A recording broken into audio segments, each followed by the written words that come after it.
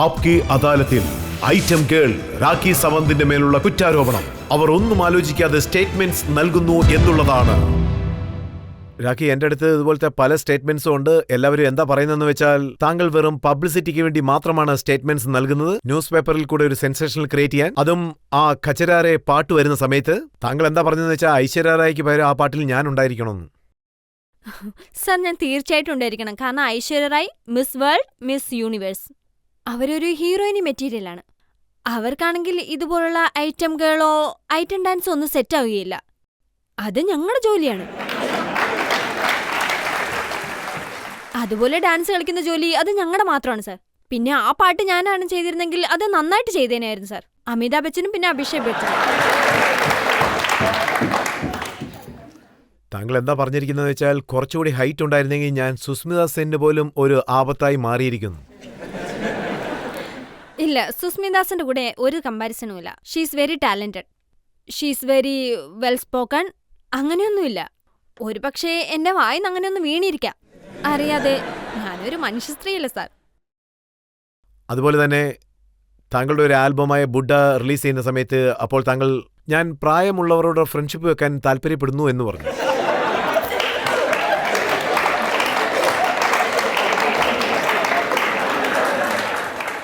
ഞാൻ ഇതിനൊരു വിശദീകരണം തരാം സാർ. അതായത് എത്ര വീഡിയോസ് ആളുകൾ വെളിയിൽ കണ്ടാലും യുവാക്കളുണ്ടല്ലോ, കമ്പനിക്കാരാണെങ്കിൽ എന്നെ പാട്ട് കാണിച്ചപ്പോ ക്യാ കരൂറാം മുझे ബുഡ്ഡ മിൽ ഗയാ. അപ്പോ ഞാൻ ഇമ്മീഡിയറ്റ് ആയിട്ട് ഓക്കെ പറഞ്ഞു. ഞാൻ പറഞ്ഞു ഒരു വീഡിയോ എങ്കിലും എടുക്കാമെന്ന്. ഐ എം സോറി, ഇവിടെ ഉള്ളവരെല്ലാം വളരെ യങ്ങാണ്. ഐ എം സോറി, ഒരു വീഡിയോ എങ്കിലും ഇങ്ങനെ എടുക്കാവുന്നു. ഞാൻ എന്ത് ചെയ്യാനാ, ക്യാ കരൂറാം മുझे ബുഡ്ഡ മിൽ ഗയാ. അപ്പോ വയസ്സായിട്ടുള്ളവരെല്ലാം വിചാരിക്കും ഇത് എനിക്ക് വേണ്ടിയുള്ള സോങ് ആണ്.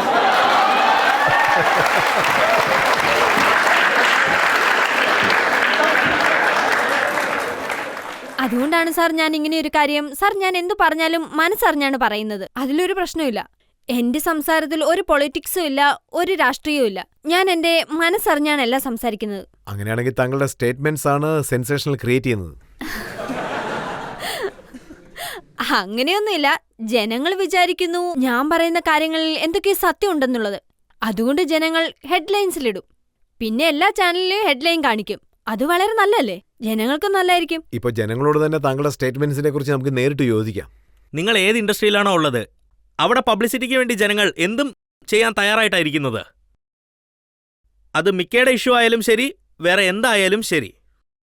നിങ്ങൾ എന്തുകൊണ്ടാണ് ഇത് പറയാത്തത്? നിങ്ങൾക്ക് എന്തോരമാണ് പബ്ലിസിറ്റി ഇതുകൊണ്ട് കിട്ടുന്നതെന്ന് വെച്ചാൽ നിങ്ങളെ അറിയാത്തവർക്ക് പോലും ഇതുകൊണ്ട് അറിയും. അതായത് നിങ്ങൾക്ക് കിട്ടിയ ചാൻസ് എല്ലാം നിങ്ങൾ ശരിക്കും ഉപയോഗിച്ചിട്ടുണ്ട്. ഇല്ല സുഹൃത്തെ,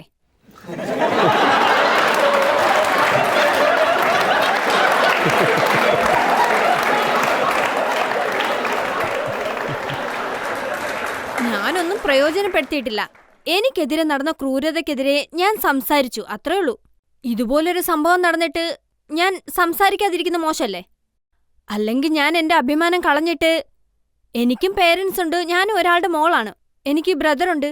ഇതൊന്നും നോക്കാതെ മീഡിയയോട് വന്ന് ഞാൻ ഈ കാര്യം പറഞ്ഞിട്ടുണ്ടെങ്കിൽ പോലീസ് സ്റ്റേഷനിൽ കംപ്ലൈന്റ് കൊടുത്തിട്ടുണ്ട്. എന്തിനാ കൊടുത്തതെന്ന് വെച്ചാ പബ്ലിസിറ്റി കിട്ടാൻ വേണ്ടിയിട്ടൊന്നുമല്ല. എനിക്കിത്രയും പബ്ലിസിറ്റി കിട്ടുമെന്ന് വിചാരിച്ചതുമില്ല. അവന് ശിക്ഷ കിട്ടാൻ വേണ്ടിയിട്ടാണ്. എന്താണെന്ന് വെച്ചാൽ ഈ ലോകത്ത് ഇനി ഒരു പെമ്പിള്ളാർക്കും ഇങ്ങനെയൊരു സംഭവം നടക്കാൻ പാടില്ല. ഇപ്പൊ താങ്കൾ സ്ത്രീകൾക്ക് വേണ്ടി പോരാടാൻ പോവുകയാണോ? അതെ, ഞാൻ പോരാടും. ഞാൻ സ്ത്രീകൾക്ക് വേണ്ടി തീർച്ചയായിട്ടും പോരാടും. വീണ്ടും ഒരു പെണ്ണിന് ഇതുപോലുള്ള സംഭവം നടക്കാൻ പാടില്ല. അങ്ങനെയൊന്നും നടന്ന് എന്റെ അടുത്ത് ഹെൽപ്പ് ചോദിച്ചു വന്നാൽ ഞാൻ തീർച്ചയായിട്ടും അവളെ ഹെൽപ്പ് ചെയ്യും. രാഖിജി, എനിക്കെന്താ തോന്നുന്നതെന്ന് വെച്ചാൽ നിങ്ങൾക്ക് വേണ്ടി ഒരു ഡെഫിനിഷൻ ഉണ്ടാക്കി. കവളത്ത് ഉമ്മ കൊടുക്കുമ്പോൾ അത് ന്യായമാണ്, അതേ ചുണ്ടത്ത് ഉമ്മ കൊടുക്കുകയാണെങ്കിൽ അത് അന്യായമായിട്ടാണ് കാണുന്നത്. എന്റെ ഡ്രസ്സ് നല്ലതാണ്, അത് എനിക്ക് നല്ലതാണ്. നമ്മൾ ഏത് സൊസൈറ്റിയിലാണോ ഉള്ളത്, നമുക്ക് എന്ത് പണിയാണോ ഉള്ളത്, അത് നമ്മളെയും നമ്മുടെ നാട്ടിലെ ജനങ്ങളെ എല്ലാവരും ഡിസ്ട്രാക്ട് ചെയ്യുവാണ്. ഇതിനെക്കുറിച്ച് നിങ്ങൾക്ക് എന്താ പറയാനുള്ളത്? അതായത് നോക്കുവാണെങ്കിൽ ഈ ഫീലിങ്സ് ഒക്കെ എവിടേക്കോ മിസ്സായി പോകുന്നുണ്ട്. നിങ്ങൾ നിങ്ങളുടെ ഐറ്റം ഡാൻസ് ചെയ്യുമ്പോൾ, നിങ്ങൾ എന്തെങ്കിലും ഒരു സോങ് ചെയ്യുമ്പോഴും ശരി, ഇല്ലെങ്കിൽ ഏതെങ്കിലും ഒരു സിനിമയിൽ പണിയെടുക്കുന്ന സമയത്തും ശരി, ഞാൻ പറയാൻ ആഗ്രഹിക്കുന്നത്, ഞാൻ ഏത് ഡ്രസ് ഇട്ടാലും ഏത് ഡാൻസ് കളിച്ചാലും എന്റെ ഡയറക്ടർ പ്രൊഡ്യൂസർ പറഞ്ഞുകൊണ്ടാ. ഞാനൊന്നും മിസ് യൂണിവേഴ്സ് അല്ലല്ലോ, ഞാൻ സുസ്മിതാസനും അല്ല, ഐശ്വര്യ റായി അല്ല. എന്നെക്കൊണ്ട് ഒബ്ജക്റ്റ് ചെയ്യാൻ സാധിക്കില്ല. പ്ലീസ്, ഇത് വേണ്ടാന്ന് പറഞ്ഞാലും അവർ കേൾക്കില്ല.